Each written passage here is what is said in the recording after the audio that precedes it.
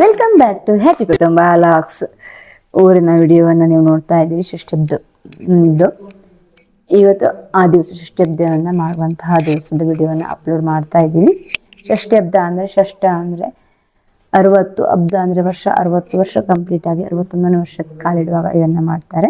ಇದನ್ನು ಮರು ಮದುವೆಯ ರೀತಿಯಲ್ಲೂ ಕೂಡ ಮಾಡ್ತಾರೆ. ಆದರೆ ನಮ್ಮ ಕಡೆ ಮರು ಮಾಂಗಲ್ಯವನ್ನು ಮಾಡೋಲ್ಲ, ಹಾಗಾಗಿ ಅದೊಂದು ಮಾಡಿದೆ ಮತ್ತು ವಿವಿಧ ಶಾಸ್ತ್ರಗಳನ್ನೆಲ್ಲ ಮಾಡ್ತಾರೆ. ಇಲ್ಲಿ ತುಂಬಾ ಚೆನ್ನಾಗಿ ಆಗಿತ್ತು, ಪ್ರವಚನವೆಲ್ಲ ತುಂಬಾ ಚೆನ್ನಾಗಿತ್ತು. ನೀವು ಕೂಡ ವಿಡಿಯೋವನ್ನು ನೋಡಿ ಹೇಗಿರುತ್ತೆ ಅನ್ನೋದನ್ನು ನೀವು ಕೂಡ ತಿಳ್ಕೋಬಹುದು.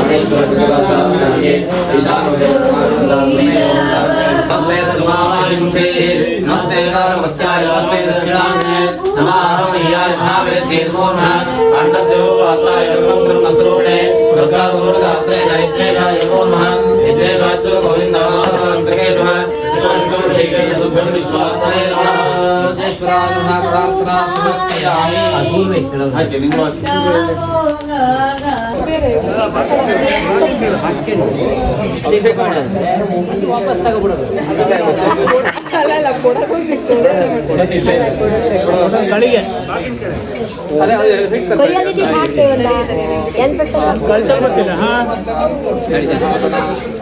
ಎಲ್ಲ ಏನು ಕೈಲಿದೆ ಕಳ್ಸೋದು ಗೊತ್ತಿಲ್ಲ. ಮೊದಲೇ ಹೇಳ್ಕೆ ಬಿಟ್ಟಿಯ ನೀವು ಜಾಸ್ತಿ ತೂಕಿತ್ತು ಒಂದು ಕೈಗೆ ಹಿಡ್ಕ ತಂಗಿ ಮೇಲೆ ಹಿಡ್ಕ ಎಲ್ಲದಕ್ಕೂ ಹಿಂಗೆಲ್ಲ ಬೇಕಾಗೋ ಆಮೇಲೆ ಒಬ್ಬರಿಗೆ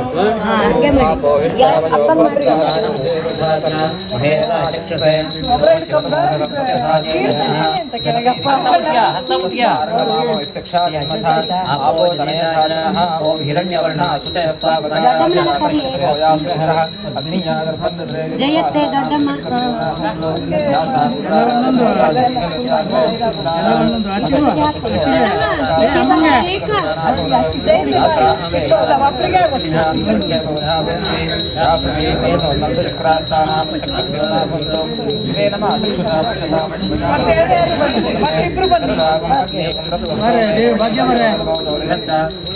ಜಯತೆ ಅನ್ಪೂರ್ಣ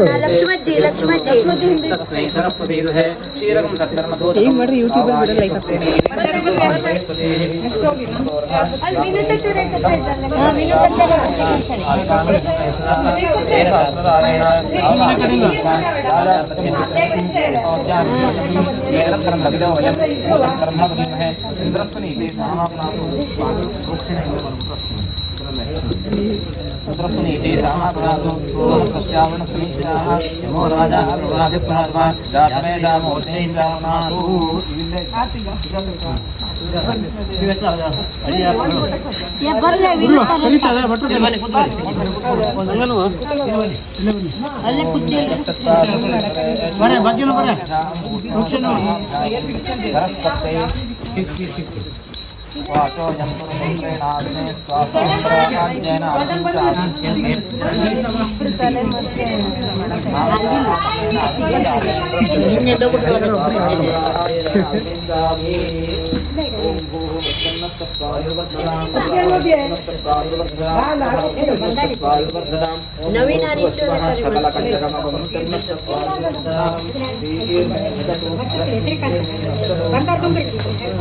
ಜಯುಂದು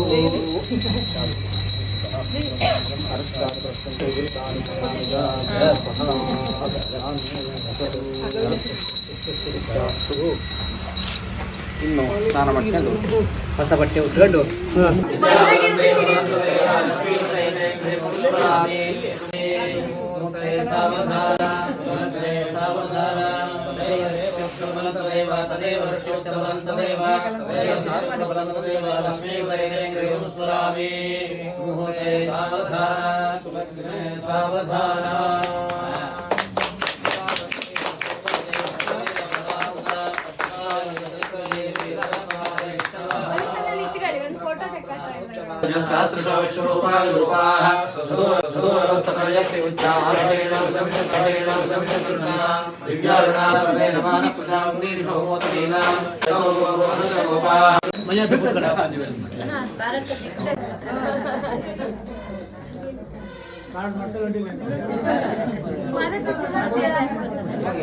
ಕೊಟ್ಟು ನಮಸ್ಕಾರ ಕುರ್ಚಿ ಮೇಲೆ ಕೂತ್ಕೊಳ್ಳಿ.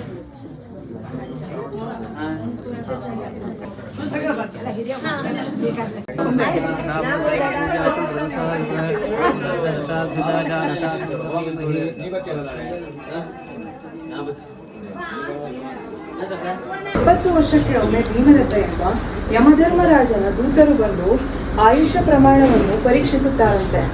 ಅದಕ್ಕಾಗಿ ಷಷ್ಠಬ್ದಿ ಪೂರ್ತಿ ಶಾಂತಿ, ಭೀಮರಥ ಶಾಂತಿ ಇತ್ಯಾದಿ ಆಚರಿಸುವ ಧರ್ಮ ಪದ್ಧತಿ ನಮ್ಮಲ್ಲಿ ಜಾರಿಯಲ್ಲಿದೆ. ಪ್ರಕೃತ ನಮ್ಮ ತೀರ್ಥರೂಪರಾದ ಶ್ರೀ ಶ್ರೀಕಾಂತ ವೆಂಕಟರಮಣ ಹೆಗಡೆಯವರು ಸದ್ಗೃಹಸ್ಥರಾಗಿ ಧರ್ಮಾಚರಣೆಗಳನ್ನು ಮಾಡುತ್ತಾ ಅನೇಕ ವೇದೋಕ್ತ ಕ್ರಮಗಳನ್ನು ನಡೆಸುತ್ತಾ ಲೌಕಿಕವಾಗಿ ತಮ್ಮ ಉದ್ಯೋಗದಲ್ಲಿ ಕರ್ತವ್ಯ ಕರ್ಮಗಳನ್ನು ಮಾಡುತ್ತಾ ಪರೋಪಕಾರ ಆದರಾದಿತ್ಯಗಳನ್ನು ನಡೆಸುತ್ತಾ ಸಜ್ಜನರಾಗಿ ಜನಾನುರಾಗಿಯಾಗಿ ಬಾಳುತ್ತಾ ಜೀವನದಲ್ಲಿ 60 ವಸಂತಗಳನ್ನು ದಾಟುತ್ತಿದ್ದಾರೆ.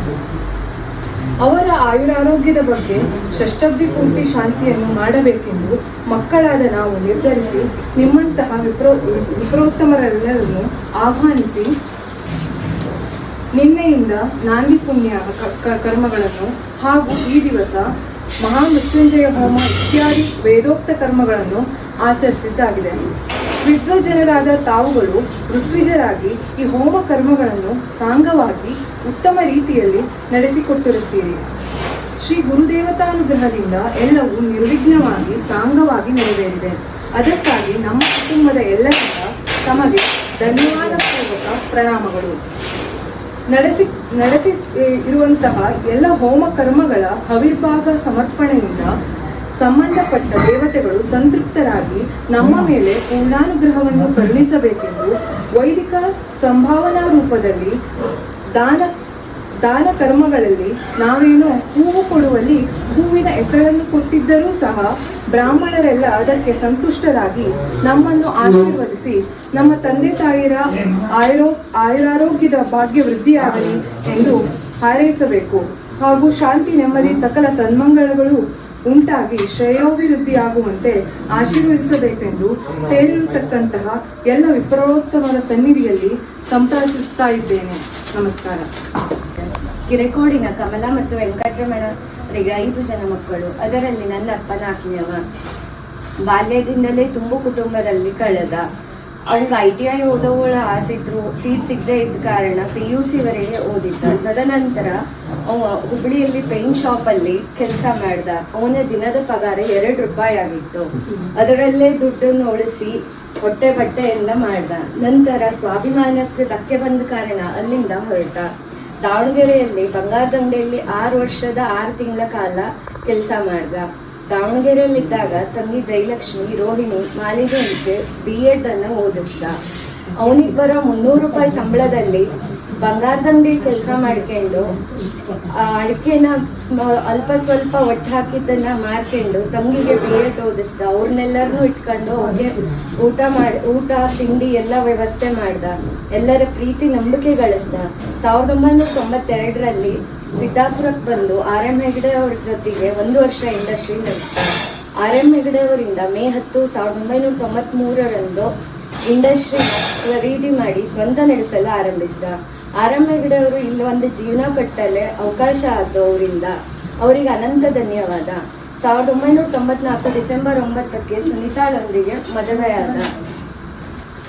1998ರಲ್ಲಿ ಜಾಗ ಖರೀದಿ ಮಾಡಿ ಮನೆ ಕಟ್ಟಲೆ ಮನೆಯವರಿಂದ ತುಂಬಾ ಸಹಾಯ ಆಯಿತು.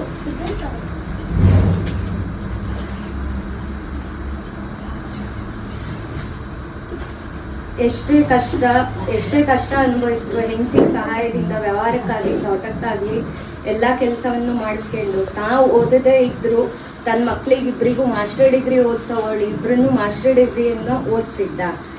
ಕಷ್ಟಕ್ಕೆ ಸುಖಕ್ಕೆ ಫಲಕ್ಕೆ ಹೆಗಲು ಕೊಟ್ಟಿದ್ದು ಅಮ್ಮ ಹೇಳಿ ಗರ್ವದಿಂದ ಹೇಳ್ತ್ಯ.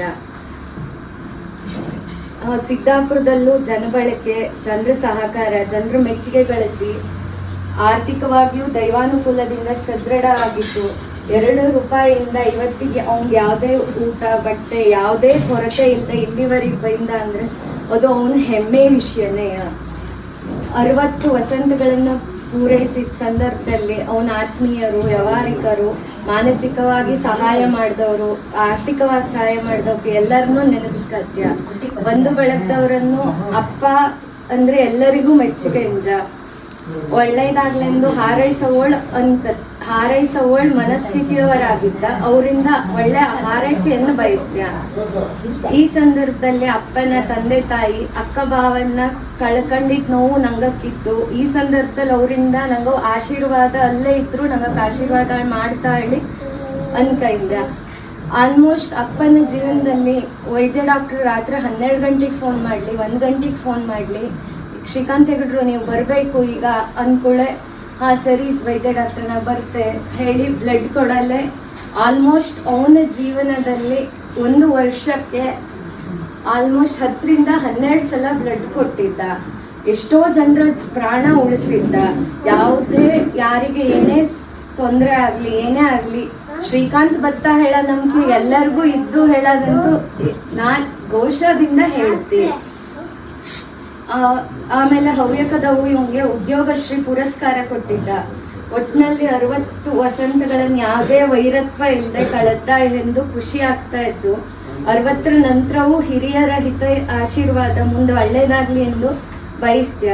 ಈ ಸಂದರ್ಭದಲ್ಲಿ ಕಷ್ಟ ಸುಖಗಳಿಗೆ ಹೊಂದಿಕೊಂಡು ಸಂಸಾರ ಮಾಡಿದ್ದು ಅಮ್ಮ ಹೇಳೋದು ನಂಗಕ್ಕೆ ರಾಶಿ ಖುಷಿ. ಅವನ್ ಇಷ್ಟೇ ಅಂತೆ ನಂಗೂ ಇಬ್ರು ಬದುಕವು ಮುಂದೆ ನಂಗಕ್ಕೂ ಇಬ್ರಿಗೆ ಅವ್ರ ಆಶೀರ್ವಾದ ಎಲ್ಲದೂ ಬೇಕು ಹೇಳಿ ನಂಗವು ಬಯಸ್ತ್ಯ. ನಮಸ್ಕಾರ. ಶುಕ್ಲಾ ಸರಸ್ವತಿ. ಮಕ್ಕಳಿಬ್ಬರ ಪ್ರಾರ್ಥನೆ. ಯಜಮಾನರು ಶ್ರದ್ಧೆಯಿಂದ ನಿನ್ನೆಯಿಂದ ಇಂದಿನ ತನಕ ಆಚರಿಸಿದಂತಹ ಕರ್ಮಾನುಷ್ಠಾನದ ಅಧಿಷ್ಠಾತ್ರ ದೇವತೆಯಾದಂತಹ ಉಗ್ರ ಮೃತ್ಯುಂಜಯ ಆಚರಣೆ ಮಾಡಿದಂತಹ ಕರ್ಮಾನುಷ್ಠಾನದಿಂದ ತೃಪ್ತನಾಗಿ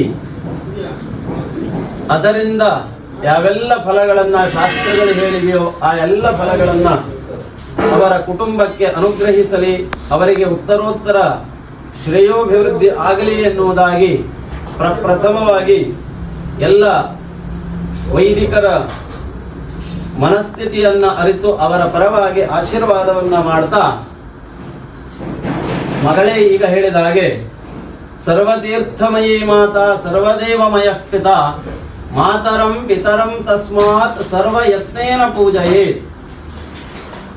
ಯಾವೆಲ್ಲ ತೀರ್ಥಕ್ಷೇತ್ರಗಳನ್ನು ನಾವು ಸಂದರ್ಶಿಸ್ತೇವೆಯೋ ಅಲ್ಲಿ ಹೋಗಿ ನಾವು ಕೇಳಿಕೊಳ್ಳುವಂತಹದ್ದು ದೇವರೇ ನಮಗೆ ಒಳ್ಳೇದು ಮಾಡಲಿ. ಯಾವೆಲ್ಲ ದೇವರನ್ನು ನಾವು ಸಂದರ್ಶಿಸ್ತೇವೆಯೋ ಆ ದೇವರಲ್ಲಿ ಕೇಳ್ಕೊಳ್ಳೋದು ದೇವರೇ ನಮಗೆಲ್ಲರಿಗೂ ಒಳ್ಳೇದು ಮಾಡು. ಆದರೆ ವಿಪರ್ಯಾಸ ನೋಡಿ, ಇವತ್ತಿನ ಪ್ರಸ್ತುತ ಕಾಲಘಟ್ಟದಲ್ಲಿ ಪ್ರತ್ಯಕ್ಷವಾಗಿ ಇರತಕ್ಕಂತಹ ದೈವ ಸ್ವರೂಪರಾದಂತಹ ತಂದೆ ತಾಯಿಗಳನ್ನೇ ಮರೆಯುವಂತಹ ಹಂತಕ್ಕೆ ಇವತ್ತಿನ ಜನತೆ ಹೆಜ್ಜೆ ಇಡ್ತಾ ಇದ್ದಾರೆ ಎನ್ನುವಂತಹದ್ದು ಖೇದಕರ ಆದರೂ ಕೂಡ ದೈವ ಸ್ವರೂಪರಾದಂತಹ ಮಾತಾಪಿತೃಗಳನ್ನು ಅತ್ಯಂತ ಶ್ರದ್ಧೆಯಿಂದ ಪೂಜಿಸಿ ಅವರ ಸೇವೆಯನ್ನ ಮಾಡಬೇಕು. ನಮಗೆ ಹೇಗೆ ಬದುಕನ್ನ ಕೊಟ್ಟು ಬದುಕು ಕಟ್ಟಿಕೊಟ್ಟಿದ್ದಾರೆ ಎನ್ನುವಂತಹ ಮನಸ್ಥಿತಿಯನ್ನು ನಾವು ಹೊಂದಿದ್ದೇವೆಯೋ ಆ ಬದುಕು ಕಟ್ಟಿಕೊಟ್ಟಂತಹ ತಂದೆ ತಾಯಿಗಳ ಬದುಕು ಇನ್ನಷ್ಟು ಹಸನಾಗಬೇಕು ಎನ್ನತಕ್ಕಂತಹ ಉತ್ತಮ ಧ್ಯೇಯವನ್ನ ಇಟ್ಟುಕೊಂಡು ಮಕ್ಕಳಿಬ್ಬರು, ಆ ಅಳಿಯ, ಅವರ ಕುಟುಂಬದವರು, ಬಂಧು ಬಾಂಧವರೆಲ್ಲ ಸೇರಿಕೊಂಡು ಇವತ್ತು ಶ್ರೀಕಾಂತ ಹೆಗಡೆಯ ದಂಪತಿಗಳಿಗೆ ಷಷ್ಠಿ ಪೂರ್ತಿ ಶಾಂತಿಯನ್ನ ನೆರವೇರಿಸಿರುವಂತಹದ್ದು ಅತ್ಯಂತ ಶ್ಲಾಘನೀಯವಾದಂತಹ ವಿಚಾರ.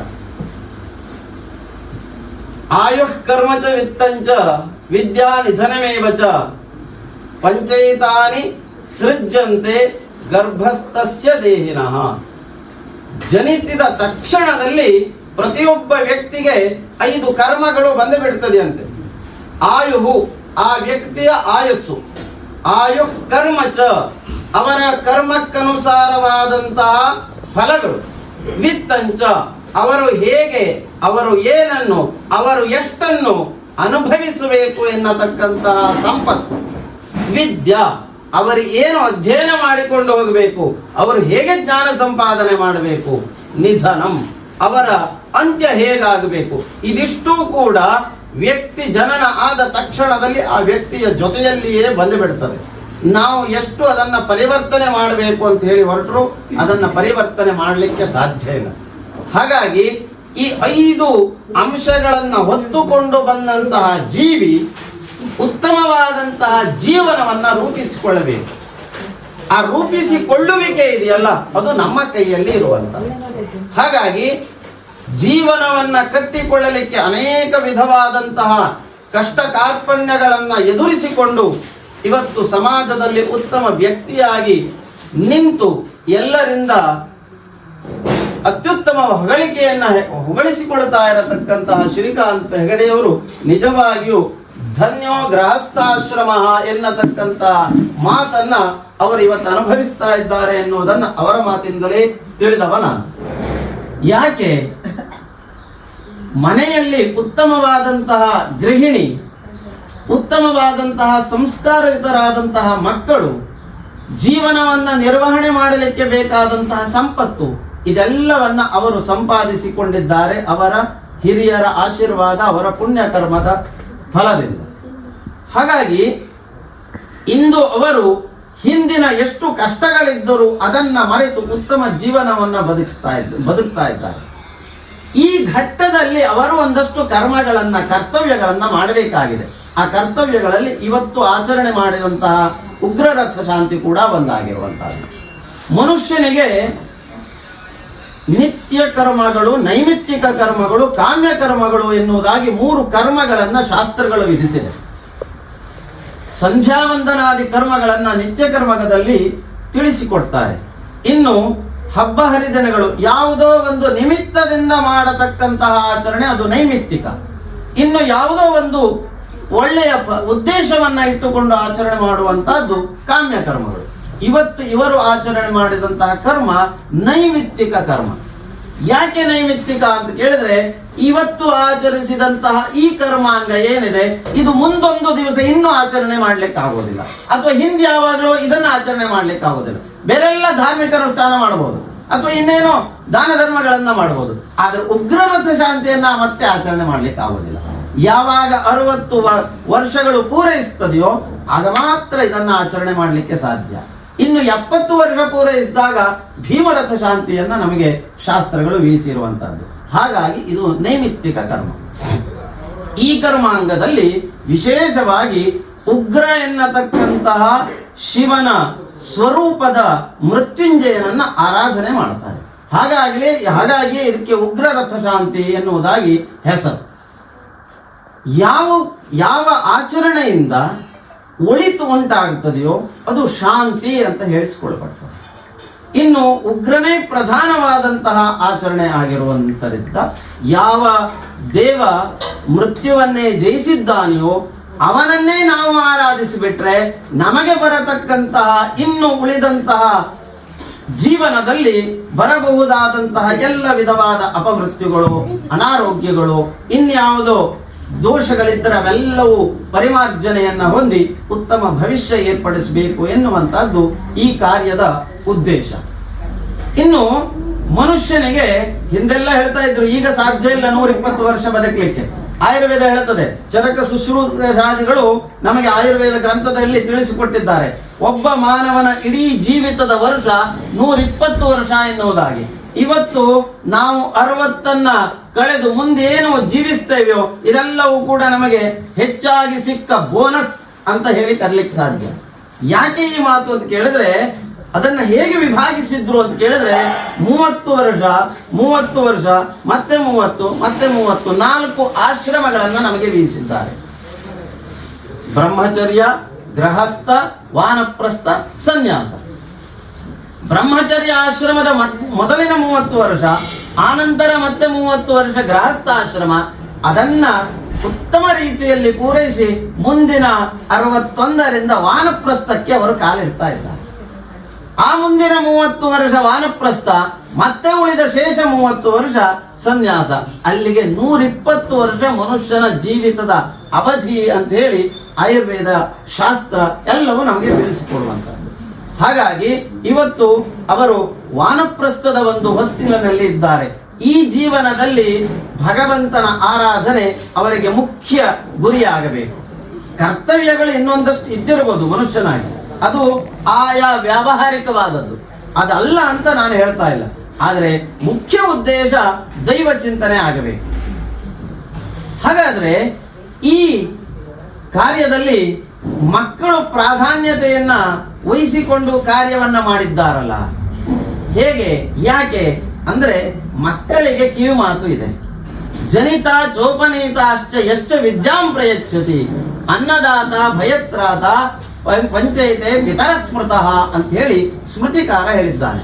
ಯಾರು ನಮ್ಮ ಜನನಕ್ಕೆ ಕಾರಣರಾಗಿದ್ದಾರೋ, ಯಾರು ನನಗೆ ಉಪನೀತವಾದಂತಹ ಅಥವಾ ಇತ್ಯಾದಿ ಸಂಸ್ಕಾರಗಳನ್ನ ನೀಡಿದ್ದಾರೋ, ಎಷ್ಟ ವಿದ್ಯಾಂ ಪ್ರಯಚ್ಛತಿ ಯಾರು ನಮಗೆ ವಿದ್ಯೆಯನ್ನ ನೀಡಿದ್ದಾರೋ, ಅನ್ನದಾತ ಯಾರು ನಮಗೆ ಅನ್ನವನ್ನ ನೀಡಿದ್ದಾರೆಯೋ, ಯಾರು ನಮಗೆ ಭಯವನ್ನ ಹೋಗಿಸಿದ್ದಾರೋ ಅವರೆಲ್ಲರೂ ಕೂಡ ತಂದೆಯ ಸ್ಥಾನದಲ್ಲಿ ಇರ್ತಾರೆ.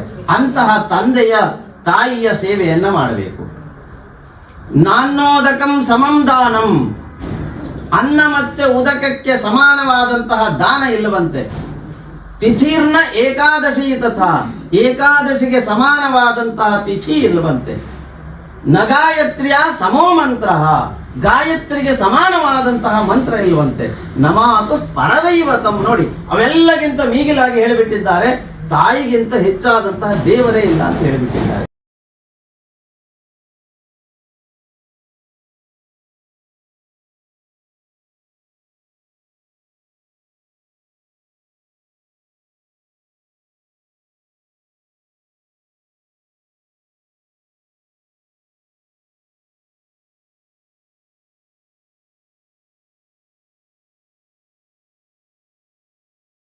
ಹಾಗಾಗಿ ಆ ತೀರ್ಥ ಸ್ವರೂಪರಾದಂತಹ ದೈವ ಸ್ವರೂಪರಾದಂತಹ ತಂದೆ ತಾಯಿಗಳ ಸೇವೆಯನ್ನ ಮಕ್ಕಳಾದವರು ಇನ್ನು ಮುಂದೆ, ಇಲ್ಲಿವರೆಗೆ ಮಾಡಲಿಲ್ಲ ಅಂತಲ್ಲ, ಇನ್ನು ಮುಂದೆ ಮತ್ತು ಹೆಚ್ಚಿನದಾದ ಜವಾಬ್ದಾರಿ ಅವರಿಗಿದೆ. ಯಾಕೆ? ಆಗಲೇ ಹೇಳಿದಾಗೆ ಅವರು ವಾನಪ್ರಸ್ಥಕ್ಕೆ ಹೋಗ್ತಾ ಇದ್ದಾರೆ. ಹಾಗಾಗಿ ಮಕ್ಕಳ ಜವಾಬ್ದಾರಿ ಹೆಚ್ಚುತ್ತಾ ಇದೆ. ಆದ್ದರಿಂದ ಆ ಹೆಚ್ಚಾದ ಜವಾಬ್ದಾರಿಯನ್ನ ಅತ್ಯುತ್ತಮವಾಗಿ ನಿರ್ವಹಣೆ ಮಾಡುವಂತಹದ್ದು ಮಕ್ಕಳ ಕರ್ತವ್ಯ. ಆದ್ದರಿಂದ ಆ ಕರ್ತವ್ಯದ ಹಿನ್ನೆಲೆಯಲ್ಲಿ ಈ ಕರ್ಮಾನುಷ್ಠಾನವನ್ನ ಅವರೇ ಮುಂದೆ ನಿಂತು ಮಾಡಿಸಿರುವಂತಹದ್ದು ಬಹಳ ಶ್ರೇಯಸ್ಕರವಾದದ್ದು. ಇನ್ನು ನಮಗೆ ಜೀವನದಲ್ಲಿ ಬರತಕ್ಕಂತಹ ಒಂದಷ್ಟು ಎಡರು ತೊಡರುಗಳು, ಈ ಕರ್ಮಾನುಷ್ಠಾನ ಮಾಡಲಿಕ್ಕೆ ಬೇಕಾದಂತಹ ಮನಸ್ಸು, ಇವೆಲ್ಲವನ್ನ ಭಗವಂತ ಇವತ್ತು ನಮಗೆ ನೀಡಿದ್ದಾರೆ. ನದೇವ ದಂಡಮಾದಾಯ ರಕ್ಷಂತೆ ಪಶುಪಾಲವತು ಎಂತು ರಕ್ಷತುಂ ಇಚ್ಛಂತಿ ಬುದ್ಧ್ಯ ಸಂಯೋಜಯಂತಿದಂ. ದೇವರು ನಮಗೆ ಈಗ ಕಲಿಗಾಲದಲ್ಲಿ ದಂಡವನ್ನ ಹಿಡಿದುಕೊಂಡು ನಾವು ಹಸುಗಳನ್ನ ಮೇಯಿಸಿದಾಗೆ ನಮ್ಮನ್ನ ರಕ್ಷಣೆ ಮಾಡಲಿಕ್ಕೆ ಬರುವುದಿಲ್ವಂತೆ. ಅವನು ನಮ್ಮ ಬುದ್ಧಿಗೆ ಪ್ರಚೋದನೆಯನ್ನ ನೀಡುತ್ತಾನೆ. ಅಂತಹ ಪ್ರಚೋದನೆಯನ್ನ ಪಡೆದುಕೊಂಡು ಇವರು ಕರ್ಮಾನುಷ್ಠಾನವನ್ನ ಮಾಡಿದ್ದಾರೆ. ಯಾಕೆ ನಾವು ಇವತ್ತು ಉಗ್ರನನ್ನೇ, ಆ ಉಗ್ರ ಮೃತ್ಯುಂಜಯನನ್ನೇ ಆರಾಧನೆ ಮಾಡಿದ್ದೇವೆ ಅಂತ ಕೇಳಿದ್ರೆ, ಇದರಲ್ಲಿ ಪ್ರಧಾನ ದೇವತೆ ಒಬ್ಬ ಮೃತ್ಯುಂಜಯ, ಇನ್ನೊಬ್ಬ ಮಾರ್ಕಂಡೇಯ. ಇವೆರಡರ ಆರಾಧನೆ ಹೆಚ್ಚಾಗಿ ಆಗಿರುವಂತಹ. ಅಲ್ಲಿ ಮಾರ್ಕಂಡೇಯ ಆರಾಧನೆಗೆ ಒಂದು ಹಿನ್ನೆಲೆಯನ್ನ ಹೇಳ್ತಾರೆ. ಮೃಕಂಡ ಎನ್ನತಕ್ಕಂತಹ ಮುನಿದಂಪತಿಗಳು ಅನೇಕ ವರ್ಷದ ತಪಸ್ಸಿನ ಫಲವಾಗಿ ಈಶ್ವರನಲ್ಲಿ ಕೇಳಿಕೊಂಡು ಪಡೆದಂತಹ ವರದಿಂದ ಹುಟ್ಟಿದಂತಹ ಮಗು ಮಾರ್ಕಂಡೇಯ. ಮೃಕಂಡ ಮುನಿಯ ತಪಸ್ಸಿನಗೆ ಮೆಚ್ಚಿದಂತಹ ಈಶ್ವರ ಕೇಳದನಂತೆ, ನಿನಗೆ 108 ವರ್ಷ ಬದುಕು ಬಾಳುವಂತಹ ದಡ್ಡ ಬುದ್ಧಿಯ ಮಗ ಬೇಕೋ ಅಥವಾ 16 ವರ್ಷ ಬಾಳತಕ್ಕಂತಹ ಒಳ್ಳೆಯ ತೀಕ್ಷ್ಣಮತಿಯ ಬುದ್ಧಿವಂತನಾದ ಮಗು ಬೇಕು ಅಂತ ಕೇಳಿದಂತೆ. ಇವರು ಸ್ವಾಭಾವಿಕವಾಗಿ ದಡ್ಡ ಅಂತ ಅಂದ್ಕೊಳ್ಳೆ ನಮಗೆ ಸ್ವಾಭಾವಿಕವಾಗಿ ಅವರ ರಕ್ಷಣೆ, ಪಾಲನೆ, ಪೋಷಣೆ ಎಲ್ಲ ಕಷ್ಟ ಆಗ್ತದೆ. ಹಾಗಾಗಿ ತೀಕ್ಷ್ಣಮತಿಯ 16 ವರ್ಷ ಬದುಕಿದ್ರು ಒಡ್ಡಿಲ್ಲ, ಮೊದಲು ಮಗ ಬರಲಿ ಆಮೇಲೆ ನೋಡ್ಕೊಳ್ಳುವ ಅಂತ ಯೋಚನೆ ಮಾಡ್ತಾವ. ಈಶ್ವರನಲ್ಲಿ ಕೇಳಿದ, ನನಗೆ 16 ವರ್ಷದ ಮಗು ಆದ್ರೂ ಒಡ್ಡಿಲ್ಲ, ಬದುಕಿ ಬಾಳಿದ್ರು ಒಡ್ಡಿಲ್ಲ, ನಂಗೆ ಅಂತವನ್ನ ಒಳ್ಳೆ ಬುದ್ಧಿವಂತನನ್ನ ಅನುಗ್ರಹ ಮಾಡುವಂತ ಕೇಳ್ದ. ಈಶ್ವರ ತಥಾಸ್ತು ಅಂತ ಹೇಳದಂತೆ. 15 ವರ್ಷ ಕಳೆದೋಯ್ತು, ಮಗು ಹುಟ್ಟಿ ಮಾರ್ಕಂಡೇಯ ಅಂತ ನಾಮಕರಣ ಆಗಿ ಬೆಳೆದು ದೊಡ್ಡವನಾಗಿದ್ದಾನೆ. ಇನ್ನೇನು 16 ವರ್ಷ ಬಂದಿದೆ, 16 ಪೂರೈಸುವಾಗ ಆತ ಮರಣವನ್ನ ಹೊಂದುತ್ತಾನೆ ಎನ್ನುವಂತಹದ್ದು ನಿಶ್ಚಯ. ಆ ಸಂದರ್ಭದಲ್ಲಿ ತಂದೆ ತಾಯಿಗಳು ದುಃಖಿಸಲಿಕ್ಕೆ ಪ್ರಾರ್ಥನೆ ಶುರು ಮಾಡಿದ್ರಂತೆ. ಆಗ ಮಾರ್ಕಂಡೇಯನಿಗೆ ಯೋಚನೆ ಆಯ್ತು, ಯಾಕೆ ಅಪ್ಪ ಅಮ್ಮ ದುಃಖ ಪಡ್ತಾ ಇದ್ದಾರೆ? ಕೇಳಿದನಂತೆ ತಂದೆ ತಾಯಿಗಳನ್ನ, ಯಾಕೆ ದುಃಖ ಪಡ್ತಾ ಇದ್ದೀರಿ? ಅವ್ರು ಹೇಳಿಲ್ಲ. ಮಗನ ಬಲವಂತಿಕೆಯಿಂದ ಹೇಳಿದ್ರಂತೆ, ಈಗ ಈ ವರ್ಷ ಪೂರೈಸಿದ ತಕ್ಷಣ ನೀನು ಸತ್ತು ಹೋಗ್ತೀಯ, ಈಶ್ವರನ ವರದಿಂದ ಹೀಗೆ ನೀನು ಜನಿಸಿದ್ದು. ಆಗ ಮಾರ್ಕಂಡೇಯ ಹೇಳಿದಂತೆ, ನೀವೇನು ಯೋಚನೆ ಮಾಡಬೇಡಿ, ನಾನು ಮೃತ್ಯುವನ್ನ ಗೆದ್ದು ಬರ್ತೇನೆ ಅಂತ ಹೇಳಿ ಆತ ತಪಸ್ಸನ್ನ ಪ್ರಾರಂಭಿಸಿ ಈಶ್ವರನನ್ನೇ ತಬ್ಬಿಕೊಂಡು ಕುಳಿತು ಬಿಟ್ಟಿದ್ದಾರೆ. ಆತನ ಕಾಲ ಮುಗಿದ ತಕ್ಷಣ ಯಮಧರ್ಮರು ಬಂದರು ಕರೆದುಕೊಂಡು ಹೋಗಲಿಕ್ಕೆ. ಆತ ಒಪ್ಪಲಿಲ್ಲ. ಇನ್ನೇನು ಬಲವಂತವಾಗಿ ಆತನನ್ನ ಕಿತ್ತುಕೊಂಡು ಹೋಗಬೇಕು ಅಂತ ಹೇಳಿ ಯಮಧರ್ಮರಾಜ ಬಂದಾಗ ಈಶ್ವರ ಪ್ರತ್ಯಕ್ಷನಾಗಿ ಆತನಿಗೆ ಅನುಗ್ರಹವನ್ನ ಮಾಡ್ತಾನಂತೆ. ಆತ ಮೃತ್ಯುವನ್ನೇ ಜಯಿಸಿದವನಾಗ್ತಾನೆ. ಆತ ಸಪ್ತ ಚಿರಿಜೀವಿಗಳ ಸಾಲಿನಲ್ಲಿ ಆತ ಒಬ್ಬ ಸೇರ್ಕೊಳ್ತಾನೆ. ಹಾಗಾಗಿ ಯಾರು ಮೃತ್ಯುವನ್ನೇ ಗೆದ್ದಿದ್ದಾರೋ ಅವರನ್ನೇ ನಾವು ಪೂಜಿಸಿಬಿಟ್ರೆ ಆವಾಗ ಸ್ವಾಭಾವಿಕವಾಗಿ ನಮಗೆ ಬರತಕ್ಕಂತ ಕಷ್ಟಗಳು ಪರಿಹಾರ ಆಗುತ್ತದೆ ಎನ್ನುವಂತ ಶಾಸ್ತ್ರ ನಿರ್ಣಯದಿಂದ ಉಗ್ರ ಮೃತ್ಯುಂಜಯನ ಆರಾಧನೆ, ಮಾರ್ಕಂಡೇಯ ಮುನಿಯ ಆರಾಧನೆ ಈ ಉಗ್ರರಥ ಶಾಂತಿಯಲ್ಲಿ ವಿಶೇಷವಾಗಿ ಮಾಡಲ್ಪಡುವಂತದ್ದು. ಇನ್ನು ಇದರ ಜೊತೆಯಲ್ಲಿ ಯಜಮಾನರು ಅತ್ಯಂತ ಅಪೇಕ್ಷೆಯನ್ನ ಹೊಂದಿ ಕುಲದೇವತಾರಾಧನೆಯ ಸ್ವರೂಪವಾಗಿ ಲಕ್ಷ್ಮೀನಾರಾಯಣ ಹೃದಯ ಪಾರಾಯಣ ಹೋಮಾದಿಗಳನ್ನು ಕೂಡ ನೆರವೇರಿಸಿದ್ದಾರೆ. ಆಪೋ ನಾರ ಇತಿ ಪ್ರಯುಕ್ತ ಆಪೋ ವೈ ನರಸೂನವಃ ತಸ್ಯ ಚಯನಂ ಪೂರ್ವ್ಯಂ ತೇನ ನಾರಾಯಣ ಸ್ಮೃತಃ. ನಾರ ಅಂತ ಹೇಳಿ ನೀರಿಗೆ ಇನ್ನೊಂದು ಹೆಸರು. ಯಾವಾಗಲೂ ನೀರಿನಲ್ಲೇ ವಾಸ ಮಾಡುವವ ನಾರಾಯಣ, ಆದ್ದರಿಂದ ಆತನಿಗೆ ನಾರಾಯಣ ಅಂತ ಹೇಳಿ ಕರೀತಾರೆ. ಆತ ಎಲ್ಲರ ಬಂಧನಗಳಿಂದ ಮುಕ್ತಿಗೊಳಿಸಿ ಅವರನ್ನ ರಕ್ಷಣೆ ಮಾಡುವಂತಹ ಹೊಣೆಗಾರಿಕೆಯನ್ನ ನಿರ್ವಹಿಸ್ತಾನಂತೆ. ಹಾಗಾಗಿ ಅಂತಹ ಲಕ್ಷ್ಮೀನಾರಾಯಣರನ್ನ ಕುಲದೇವರನ್ನಾಗಿ ಹೊಂದಿರತಕ್ಕಂತಹ ಈ ಯಜಮಾನ ದಂಪತಿಗಳು ಆ ಕುಲದೇವರನ್ನ ಕೂಡ ಇವತ್ತು ಅಗ್ನಿಯಲ್ಲಿ ಹವಿಸ್ಸನ್ನ ಸಮರ್ಪಣೆ ಮಾಡಿ ಆರಾಧನೆ ಮಾಡಿದ್ದಾರೆ. ಹೀಗೆ ಅಗ್ನಿಮುಖಾವೈ ದೇವಾಹ ಎನ್ನುವ ಯಾವ ದೇವತೆಗಳಿಗೆ ಮುಖಸ್ವರೂಪವಾದ ಅಗ್ನಿ ಇದೆಯೋ ಆ ಅಗ್ನಿಯಲ್ಲಿ ಬೇರೆ ಬೇರೆ ದೇವತೆಯನ್ನ ಉದ್ದೇಶವಾಗಿಟ್ಟುಕೊಂಡು ಹವಿಸ್ಸನ್ನ ಸಮರ್ಪಣೆ ಮಾಡಿ ಆ ದೇವತೆಗಳನ್ನ ಸಂತುಷ್ಟಿಗೊಳಿಸತಕ್ಕಂತಹ ಕಾರ್ಯವನ್ನ ಇವತ್ತು ಈ ದಂಪತಿಗಳು ನೆರವೇರಿಸಿದ್ದಾರೆ. ಜಪವನ್ನ ಮಾಡಬೇಕು, ಹೋಮವನ್ನ ಮಾಡಬೇಕು, ಅರ್ಚನೆಯನ್ನ ಮಾಡಬೇಕು, ತರ್ಪಣವನ್ನ ಮಾಡಬೇಕು, ಆ ನಂತರದಲ್ಲಿ ಬ್ರಾಹ್ಮಣರಿಗೆ ಭೋಜನವನ್ನ ಮಾಡಬೇಕು. ಹೀಗೆ ಪಂಚ ಅಂಗಗಳ ಸಹಿತವಾಗಿ ಕರ್ಮದ ಅನುಷ್ಠಾನವನ್ನ ನೆರವೇರಿಸಬೇಕು. ಈ 5 ಅಂಗ ಸಹಿತವಾದಂತಹ ಪ್ರಧಾನ ಕರ್ಮಾಂಗವನ್ನ ಇವತ್ತು ನೆರವೇರಿಸಿದಂತಹ ಯಜಮಾನ ದಂಪತಿಗಳು ಬಂಧು ಬಾಂಧವರೊಡಗೂಡಿ ಈ ದೇವತಾ ಅನುಗ್ರಹಕ್ಕೆ ಬೇಕಾದಂತಹ ಕಾರ್ಯವನ್ನ ನೆರವೇರಿಸಿದ್ದಾರೆ. ಅಷ್ಟೇ ಅಲ್ಲದೆ ವಿಪ್ರರನ್ನೆಲ್ಲರನ್ನ ಕರೆಯಿಸಿ ಅವರಿಂದ ಕರ್ಮಾಂಗವನ್ನ ನೆರವೇರಿಸಿಕೊಂಡು ಭೋಜನಾದಿಗಳನ್ನ ನೀಡಿ ಸತ್ಕಾರ ಮಾಡಿ ಅವರ ಕೈತುಂಬ ದಕ್ಷಿಣಾ ದಾನಾದಿಗಳನ್ನ ನೆರವೇರಿಸಿ ಅವರನ್ನ ಸಂತೃಪ್ತಿಗೊಳಿಸುವಂತಹ ಕೆಲಸವನ್ನ ಮಾಡಿದ್ದಾರೆ. ಹಾಗಾಗಿ ದೈವಾದೀನಂ ಜಗತ್ ಸರ್ವಂ ಮಂತ್ರಾದೀನಂತು ದೈವತಂ ತೇ ಮಂತ್ರ ಬ್ರಾಹ್ಮಣಾದೀನಂ ಬ್ರಾಹ್ಮಣೋ ಮಮ ದೇವತಾ ಎನ್ನುವ ರೀತಿಯಲ್ಲಿ ಪ್ರತ್ಯಕ್ಷ ಬ್ರಾಹ್ಮಣರನ್ನೇ ದೈವತ್ವ ಸ್ವರೂಪದಲ್ಲಿ ಗುರುತಿಸತಕ್ಕಂತಹ ಈ ಕಾಲದಲ್ಲಿ ಆ ಎಲ್ಲ ದೇವತಾ ಸ್ವರೂಪಿಗಳಾಗಿ ಬ್ರಾಹ್ಮಣರನ್ನು ಕರೆಸಿ ಅವರನ್ನ ಸತ್ಕರಿಸುವಂತಹ ಕಾರ್ಯವನ್ನು ಕೂಡ ಯಜಮಾನರು ನೆರವೇರಿಸಿರುವುದರಿಂದ ಇದೆಲ್ಲ ಕರ್ಮಾಂಗದಿಂದ ಯಜಮಾನ ದಂಪತಿಗಳು, ಅವರ ಮಕ್ಕಳು, ಬಂಧು ಬಾಂಧವರೆಲ್ಲರೂ ಕೂಡ ಈ ಕರ್ಮದಿಂದ ಯಾವೆಲ್ಲ ಫಲಗಳು ಉಕ್ತವಾಗಿಯೋ ಆ ಎಲ್ಲ ಫಲಗಳಿಗೆ ಭೋಕ್ತೃತ್ವ ರೂಪದಲ್ಲಿ ಭಾಗಿಗಳಾಗಿ ಉತ್ತರೋತ್ತರವಾದಂತಹ ಶ್ರೇಯಸ್ಸನ್ನ ಹೊಂದಿ ಇತೋಪ್ಯಧಿಕವಾಗಿ ಇನ್ನು ಮುಂದಿನ ದಿನಗಳಲ್ಲಿ ಧರ್ಮಾನುಷ್ಠಾನವನ್ನ ಮಾಡುವಂತಹ ಶಕ್ತಿಯನ್ನ, ಬುದ್ಧಿಯನ್ನ ಎಲ್ಲವನ್ನ ಆ ಭಗವಂತ ಅವರಿಗೆ ನೀಡಿ ಬರಬಹುದಾದಂತಹ ಯಾವುದಾದರೂ ಅಪಮೃತ್ಯು, ವಿಧ ವಿಧವಾದಂತಹ ಆರೋಗ್ಯದ ತೊಂದರೆಗಳು ಇವೆಲ್ಲವನ್ನ ದೂರೀಕರಿಸಿ ಅವರಿಗೆ ಉತ್ತಮವಾದಂತಹ ಆರೋಗ್ಯ, ಉತ್ತಮವಾದಂತಹ ಶ್ರೇಯಸ್ಸನ್ನ ಉಂಟು ಮಾಡಲಿ ಅಂತ ಹೇಳಿ ಆಶೀರ್ವಾದವನ್ನ ಮಾಡ್ತಾ ಇದ್ದೇವೆ. दैवी स्वस्तिरस्तुनः